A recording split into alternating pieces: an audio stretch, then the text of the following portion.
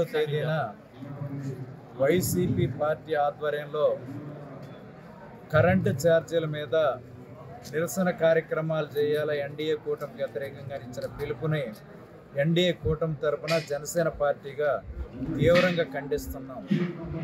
కారణం ఏంటంటే వైసీపీ ప్రభుత్వం అధికారంలో ఉన్న 5 సంవత్సరాలు రిటైర్డ్ జడ్జి గంధం గంగాభవాని శంకర్ గారని ఆయన్ని చైర్మన్గా చేసి ప్రజల నెత్తిన విపరీతమైన భారాలు పెంచి కరెంటు ఛార్జీలు పెంచడం జరిగింది.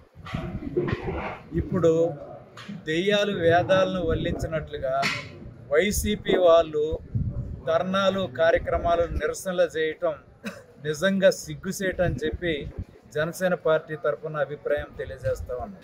కారణం ఏంటంటే ఇప్పుడు వచ్చినటువంటి NDA government Telugu Desam, Janasena, BJP కూటమి ఆధ్వర్యంలో పెరిగిన కరెంటు ఛార్జీలని తగ్గించడానికి అనేక రకాల ప్రయత్నాలు, మార్గాలు అన్వేషించడం జరుగుతుంది. ప్రజలందరూ కూడా ఆ విషయాలు తెలుసు.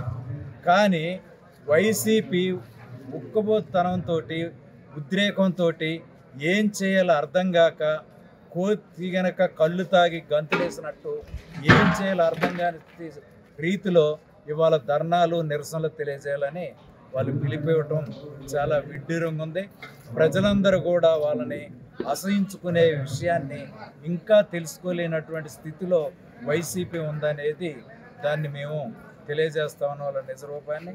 అందుకోసం ఏంటంటే రేపు జరిగే కార్యక్రమం, నిరసన కార్యక్రమాలని ప్రజలు అసహించుకోకముందే వాళ్ళు ఉపసంహరించుకోవటం మంచిది. మొన్న వారం రోజుల క్రితం రైతు సమస్యలని ఒక ధర్నా ఏలూరులో చేశారు, అలాగే రాష్ట్రంలో చేశారు. మనందరికి కూడా తెలుసు ధాన్యం డబ్బులు వేయటం ఈ ప్రభుత్వం యొక్క ఘనత అని చెప్పి తెలియజేస్తాను. ఇది రైతు పక్షపాతి ప్రభుత్వం అని ఈ సందర్భంగా తెలియజేస్తా ఉన్నాం.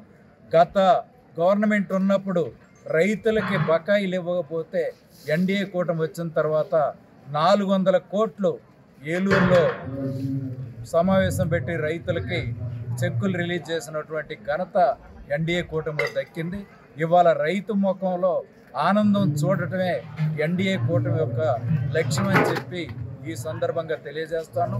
అందుకే కరెంటు ఛార్జీలని ఎన్డీఏ కూటమి వీలైనంత మేరకు తగ్గించాలని చెప్పి అధికారులకు కూడా మన రాష్ట్ర ముఖ్యమంత్రి శ్రీ చంద్రబాబు నాయుడు గారు, డిప్యూటీ సీఎం పవన్ కళ్యాణ్ గారు ఆదేశాలు కూడా జారీ చేసిన సంగతిని మరిసిపోయి వైసీపీ వాళ్ళు నిస్సిగ్గుగా నిరసన కార్యక్రమాలు చేయడాన్ని గమనించి మానేయాలని చెప్పి ఈ సందర్భంగా తెలియజేస్తా ఉన్నాం. మరిన్ని వీడియోస్ కోసం ఛానల్ ని సబ్స్క్రైబ్ చేయండి. లేటెస్ట్ అప్డేట్స్ కోసం వాట్సాప్ ఛానల్ ని ఫాలో అవ్వండి. ఆ లింక్ డిస్క్రిప్షన్ లో ఉంది.